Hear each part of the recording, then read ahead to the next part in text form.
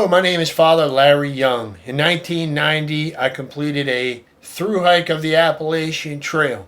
So I completed it on November 3rd, 1990, and since tomorrow is November 3rd, 2020, 30 years later, I thought, I'm going to make a video about my Appalachian Trail experience and share it with folks who might be interested. So I'm going to tack in some photos from my photo album I was looking at last night, and I've jotted down some stories and details and things that might be of interest to folks. So where did I conceive this idea? I think it first lodged in my brain in high school. My mom had an interest in hiking the Appalachian Trail. She was fascinated by some grandma who did it a bunch of times. And she used like a shower curtain for her drop cloth, ground cover, whatever. She had like sneakers. I forget. She was kind of a legend on the Appalachian Trail. My mom read books about this lady. My mom was a real naturalist. So she had this passion for the Appalachian Trail, and I think she dreamed about maybe doing it, but I don't think it was ever a serious consideration on her part. But she was captured. Her imagination was captured by the idea, and I think it stuck on me. So I remember in high school having a passionate, impulse to do it. But then a couple years later, I was in my second year of college. I was 20 years old. I was in my buddy's dorm room, and we started talking about it one night. And we ended up talking into the wee hours of the morning about doing this in his dorm room. And we were just chatting. And I woke up the next morning, and I'm like, you know something? That was real. What we talked about, something clicked in my brain, and I'm doing that. So I was serious, and it wasn't just some fanciful, whimsical notion in a late night dorm room party or something. I was like, no, that was real. And I went into the registrar, and I withdrew from classes for the following year, and I started saving money. I worked in the construction trade, and I saved money and started buying equipment. And another one of our friends heard us talking about it, and he caught the fever, and he wanted to do it. So he was Larry Von Moss, the 6'4" red-haired dude, is the trail name that he went by. And my original friend that first conceived the idea with me was Steve Matson, otherwise known as the Big Bamboo, was his trail name in 1990. My trail name was the Pro-Lifer. So you go by trail names, all right? So I was the Pro-Lifer. For 6 months, my name was Pro. I don't even think anybody knew my name was Larry. So we just called each other by their trail names, and you get used to it, so it was kind of funny. My parents came and threw barbecues for some of the hikers somewhere up the line in Pennsylvania or something, and my hiker buddies were calling my parents Mr. and Mrs. Lifer. It was just funny. So anyway, let's talk about what do you have to do to get ready for a hike like this? First of all, about 1,000 to 2,000 people, I think, try to do it every year, the whole thing. And I think 100 to 200 actually make it. I think there were 1,000 people that started my year, and I think 120 reportedly made it. I don't know if I got all those stats right, but it's ballpark, okay? So, yeah, I guess whatever that is, 10% or so of the people that try to do this actually make it. It's a long way to walk without having some kind of injury or some kind of setback or whatever, something go wrong. And you have to prepare well. So a lot of people that don't prepare well and underestimate how difficult it's going to be. They encounter difficulties and problems that they hadn't anticipated, which we're all going to do, but we have to do some preparation work. So it's not that you have to be some super duper duper outdoorsman, but any knowledge you can obtain beforehand. So we read a lot of books. I read as many books as I could get my hands on. I read books like crazy, and we went on some test hikes, 3-4 day hikes with some of our gear. We started buying gear, and we did some test hikes. That was important. And So then what do? You basically leapfrog up the trail. People wonder, how do you go about doing this? Well, there's towns all along the Appalachian Trail. And there's a lot of people on the Appalachian Trail, so it's a very social experience. It might be different out west on the Continental Divide Trail or the Pacific Crest Trail, where there's long stretches maybe where you don't see that many people, but the Appalachian Trail is a day's drive within 2/3 of the nation's population. So yeah, I mean, it's a lot of people hike on the Appalachian Trail every year. Yeah, and thru-hikers have this expression called yogiing. So, you go up and approach a group of day hikers or weekend hikers, weekend campers, or, camping out of the back of their minivan or something like that, and you would yogi, which is see how much free food you can get, okay? And then we would brag about it later at the shelter that night. Yeah, we're just so ravenously hungry all the time when you're walking 15, 20 miles a day, and you're just so hungry, and you can eat quantities of food that are just absolutely amazing to think about. So yeah, you'd approach a group of people standing around their car, and they look at you funny because they can see you're pretty trail worn. You've been out there for a while, and then you kind of say, "Hey, how y'all doing?" and make some small talk with them, and then they're like, "Boy, you look like you've been out on the trail for a while. Where'd you start?" "Oh, Georgia." "What? Honey, see this guy? He just walked here all the way from Georgia. Hey, you want a hot dog? Hey, we got some cold sodas here." Yeah, sure."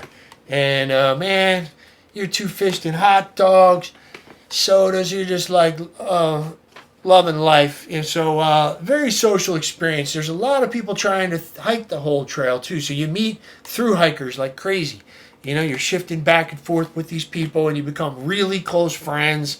Great camaraderie on the Appalachian Trail. So getting off.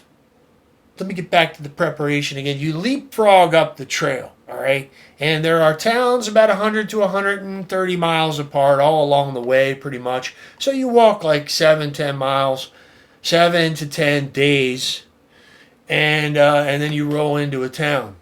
So that's basically how you hike the Appalachian Trail. You just leapfrog along from town to town, and there's towns either right by the trail or within hitchhiking distance or something from the trail. And where there's some hostel or a barn, someplace where people, some church basement or whatever, somebody will put you up. There's something there, a place for hikers to lodge where they can get a shower. And we have these little guidebooks that have been created for thru-hikers, small little guidebooks that tell you what towns are the best and where to eat and where to get your laundry done, where the post office is, give you all this pertinent information in this little booklet. That thing came up hugely helpful for thru-hikers. So, it's clearly marked by these 2-inch by 6-inch white blazes the whole length of the trail. Not that you still can't get lost. I got lost a couple times, but if you're not paying attention. It's a pretty easy trail to follow. One continuously marked footpath from Georgia, Springer Mountain, Georgia, all the way to Mount Katahdin, Maine. And the year I did it, I think it was 2,166 miles. I think it changes every year as they repair the trail or reroute it or whatever. Now you buy your food in bulk quantities. Most people buy their food in advance and have it boxed, and they box it and have somebody ship it to them. Some people, I think it's a little more costly to buy it all along the way. Probably the best thing to do is a combination of the two. Kind of your staple items you buy in advance and box them up and apportion them, breakfast, lunches, dinners, razors and batteries and whatever, and have somebody send it to you. Give them a list of where to send them and how to address them and when to send them. And then if you have somebody good as a support, I have my sister Mary Jo for a large portion of the trail, and she was just fantastic and so faithful sending these boxes to me. So you just write on there, hold for Appalachian Trail Thru-hiker, and you send it general delivery, and these post offices are used to it.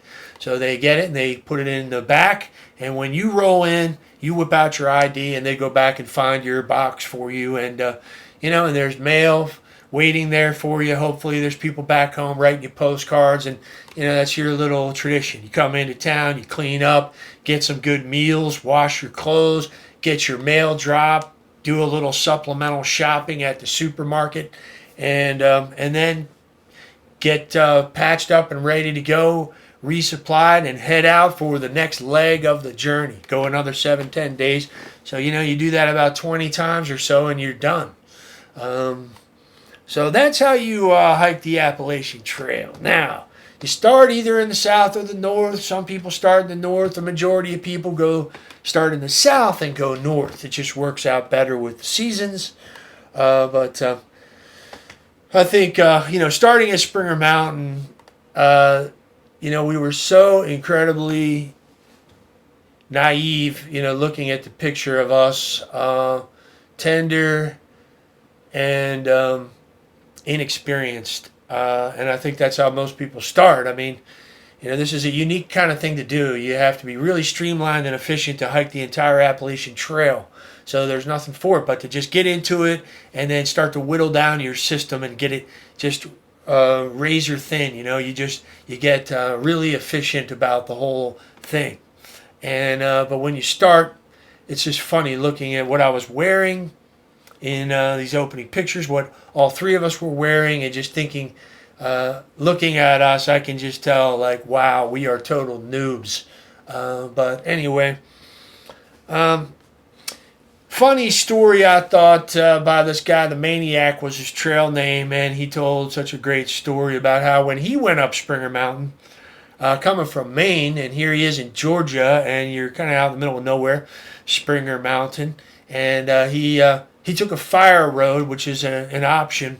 You can take a fire road to get up the mountain instead of this, blue blaze trail to get you up to the southern terminus to begin the Appalachian Trail. You have to hike in, and it's, I forget how far, 6 to 10 miles, something like that. It was something like that. It was a significant distance, and there was a way to cut it short by walking up a fire road, which the Maniac chose to do. He's by himself. He just came all the way down to Georgia from Maine, and as he's walking up the fire road, he sees a dust cloud behind him, and up comes some kind of El Camino or something like that with some guy in there, and pulls up and says, "You want to ride?" And he's like, "Sure." Throws his pack in the back of this thing and gets in. The guy spins tires and takes off breakneck speed. He's going around these blind turns with these sheer drop-offs, and the Maniac's looking out the window, looking down, and really afraid for his life, keeps giving this guy sidelong looks, driving the car, until finally the dude looks over at him all squinty-eyed and bloodshot and says, "Dude, I am so high." That is like one of my favorite stories. All right, so we started the Appalachian Trail on March 24th. That's a little bit on the early side, but somewhere between March 15th and April 15th is when the majority of thru-hikers begin the trail. So it took me 7 months and 10 days. I had to come home twice. Once because for 3 weeks because my knee was bothering me, and I had to take Advil, and then I went back out. Okay, and then I came home from my brother's wedding for a week, but I was on the trail for 6 months and a week to complete it, actually on the trail. So I started March 24th and ended November 3rd, 1990, and my trail name was the Pro-Lifer. Now, it was really exciting in the beginning. It was very cold, and we were very raw and new, but it was such an exciting adventure. Incredible. And one memory I have is the spaghetti dinner. We saved that particular dinner for one of our hardest days to just be a morale boost. We had something to look forward to, and I'm good at cooking pasta, cook it just right, al dente, and my buddy Steve, the big bamboo, was really good at cooking spaghetti sauce. So we both had stoves. So anyway, he was doctoring up his sauce, and we're salivating. We've been looking forward to this all day. We put in a really hard day, and this is our reward, this spaghetti dinner. So anyway, we only had one spaghetti dinner for the week. So anyway, Steve comes over to marry the sauce into my bowl of pasta that I had prepared. And this is the moment of truth. We're all standing around in a circle, and he takes the handles of his pot and he goes to pour it into the pasta, and the handles fall off, and the spaghetti sauce just goes right in the dirt. Okay, and we're all standing there in disbelief. And so we ate some pink noodles that night and gave Steve, the big bamboo, a really hard time.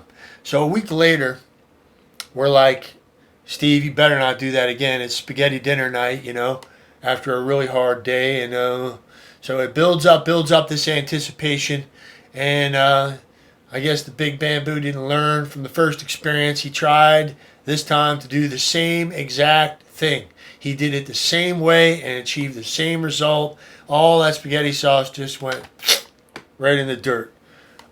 We were apoplectic at the big bamboo. He really got a hard time from us about that one. And that's just one funny memory I have. Other things I jotted down here. Running the length of Max Patch. I forget where that was, Southern Virginia somewhere. But I remember coming up to the top of this mountain. It was a bald mountain.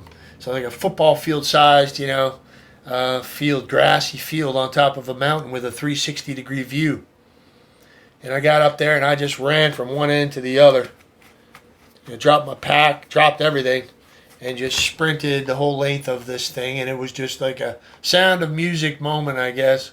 Julie Andrews type experience on, climb every mountain or whatever. It was exhilarating. So anyway, it's a great memory I have. That night we slept up on top of there under the stars. I remember it being very windy and just sleeping on the ground on my drop cloth, no tent, anything. And I remember the moon rising over the mountains across the valley.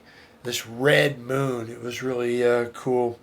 So I remember sleeping on another bald mountain called Beauty Patch, and it was my turn to cook. We get up to the top of this thing, grassy hill, beautiful 360-degree view, and we're all tired. No one's saying anything, and I'm starting to look through the food bag, and I poured some water into my pot and got my stove out, getting it primed and ready to light, and trying to decide what to cook. And in the meantime, while I'm doing this, they're getting their gear out and everything. No one's talking.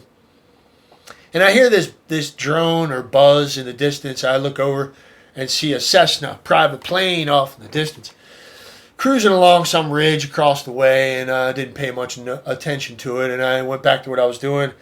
So I noticed the sound again. I looked up and saw, wow, it's, closed the distance a little bit. It's on an adjacent ridge line. And so then I went back to what I was doing. And focusing on what I'm doing, priming the stove, whatever I'm doing, all of a sudden the sound is noticeably louder to where I'm like, what the heck? I mean, it's really loud. I look up. This plane was literally skimming the grass with its wheels coming right at us, coming right at me. Okay, now for whatever reason, I was such a spaz and in such a panic state that for whatever reason, I grabbed the water pot off of the stove. Had to save the water, I guess, and ran off to the side, and this thing went right over us. I could have nailed him with a can of tuna if I had the presence of mind, but we were all in just total shock. Now, that thing, as it went away, it was tilting back and forth. And you know that those guys were howling with laughter at scaring these hikers up on top of this mountain up there. So anyway, at first I was angry, and then all of us were pretty mad or whatever. And then we were laughing too. But all right, so let's see. Fast forward the tape. I mean, I went home for this knee problem, And then my parents drove me back down. So I made it a month and a half on the AT, and then I had to come home for 3 weeks to let my knee rest and take massive quantities of ibuprofen, and it healed up. And then I purchased a bunch more food, and I basically planned the rest of the trail just for myself, because I had started it with these two guys, Big Bamboo and the 6'4" red-haired dude. And then I had this knee problem, so did the rest of the trail the next 4.5 months or so by myself. The last month I took my family dog when I went back out after my brother's wedding. But I remember hitchhiking into DC. You do a lot of hitchhiking on the Appalachian Trail, so that's something you get used to. People are used to it around the trail, so they usually stop by and pick up hikers pretty readily. So you're in the country for the most part, and it's not that big of a deal. So I felt pretty comfortable doing it. And I remember me and a buddy hitchhiked into DC and spent the day running around. We got to a metro station on the outskirts of town with our thumbs, and then we took the metro into DC. And after being on the trail all this time, popping up in the middle of the Smithsonian and running around in museums and riding a merry-go-round and whatever, just having spontaneous adventures, it was incredibly fun and exciting after being in the woods for months. So anyway, that's a great memory I have. Right around Harper's Ferry, I remember doing a 30-mile day. That was the longest day I ever put in, 30 miles. And it was an exciting day. It was a long day. I finished after midnight. That was the day I went through Harper's Ferry, where the Appalachian Trail Conference headquarters is, got my picture taken, and I swam in the river, swam out to an island in the middle of the Potomac River, and just had an exciting day. Almost ate an entire large pizza at Betsy Ross Pizza, I think it was called, in Harper's Ferry. The shelter I was trying to make it to was occupied. It's like one of the only times I wasn't able to find lodging in this particular lean-to, because there was a youth group there, and it was after dark. By the time I showed up, it was already like almost completely dark, and they were around their campfire telling ghost stories, and they were scared when I walked up. I startled them. So then I hung out, chatted them up, and I ended up, they asked me to tell them ghost stories. I told a couple of my best ghost stories.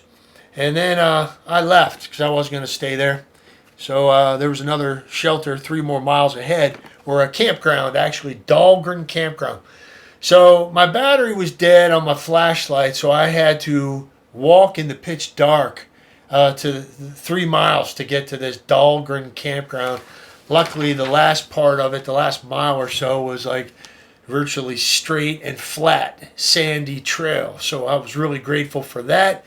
So I roll in. It's after midnight at this point. It's somewhere around then.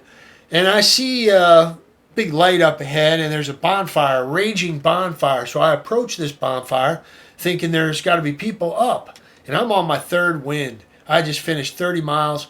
I walk up to this bonfire expecting to chat up some folks, and there's no one there. So I'm standing there kind of bewildered, looking around, and then I see hanging in between the trees these forms. And I realize they're people hanging between the trees in hammocks. Okay? They're sleeping all around the perimeter of this bonfire, and I had just walked into their campsite. So I kind of backed out and walked over to a picnic table about, 40, 50 feet away, 50, 60 feet away, to a picnic table in the dark, and started making my bed. I was just going to sleep on top of this picnic table for the night. It's one thing you got to realize hiking the Appalachian Trail. I never carried a tent. The only time I carried a tent was in the White Mountains, and that was only for 140 miles. So, and I only slept in it twice. So most times you sleep in lean-tos, 3-sided structures with an open front and a wooden platform, and they typically fit 6 people. So, but you end up sleeping in all kind of strange places, and barns and people's porches and church. I slept behind a church one time. I slept beside streams, rivers, on top of mountains, in a cave one time. I don't know. You sleep in some weird places. That night I slept on a picnic table, and So I'm making my bed, and I hear these excited, hushed voices coming from where I just was by the bonfire. And I hear this guy go, Jim, did you hear that? Hey, there's something in the campsite a second ago. And the other guy's like, shut up, man, you didn't hear. He's like, no, man, I'm serious. I heard it breathing. Okay, it was big. There were like sticks cracking. I mean, man, you go to sleep. He's like, seriously, dude, man, it could be like Pumpkinhead for all I know. Man, when he said Pumpkinhead, that was like a grade B, horror flick back in the 90s, late 80s or something like that. Really cheesy. Pumpkinhead. So when he compared me to Pumpkinhead, I was over in the dark listening to this whole dialogue, laughing so hard. And the next morning I had to borrow a match from those guys and to light my stove. They were looking at me pretty funny. So anyway, my family visited me quite a bit, and that slowed me down. I was trying to finish the Appalachian Trail originally before September 29th. My brother was getting married, and I was the best man. So I got slowed down. We had a great time. Like 4 weekends in a row, my family came, and we had barbecues, and it was great. And so, yeah, they fed all the hikers. My parents had a great time, but it also slowed me down a little bit. So I don't know. I took my time hiking the Appalachian Trail. Most people probably do it in 4 or 5 months. I don't know. I took 6 months and a week. So I took a little bit longer. I read books. I read a lot of books when I was on the Appalachian Trail. I journaled and read books and just, I don't know, tried to suck the marrow out of the experience. Tried to soak it up. Everything. Spontaneous adventures, man. I was just ready to do anything and enjoy the whole experience. It was a once in a lifetime experience. So where was I? Family visits. Yeah. What I noticed, Pennsylvania, I went through 4 pairs of boots. 1 pinched my feet, I got rid of. 2 I completely obliterated. And maybe there was 2 pairs of boots that didn't fit right. But I definitely obliterated a pair of Vask Clarions and a pair of a Solo Scouts. And Pennsylvania ate a hole. It's so rocky, it ate a hole right through my boot. And Pennsylvania, I just remember it was kind of a tough slog. That was the hottest time of the summer in and around there for me. I just remember swatting gnats, trying to dive by my eyeballs all the time. And just the heat, the rocks, I just kind of slogged my way through PA and in New Jersey and New York. It wasn't the most scenic stretch. It's still beautiful, but what I really noticed was when you crossed over into Connecticut, it started getting beautiful, more beautiful. The trails changed significantly. Started getting that New England feeling. Just more pine trees, and I don't know, you start seeing white birches, you're getting up into New England territory. It just became more beautiful in Connecticut. I noticed the way the trail was maintained and everything. So now, one New Jersey memory I have, a couple New Jersey memories. And how am I doing on time? 28 minutes? You know what? I think I'm going to take a break right here because I've already been 28 minutes. And we'll make another video. If you like this and are interested, I'll share some more stories in the next episode. God bless you.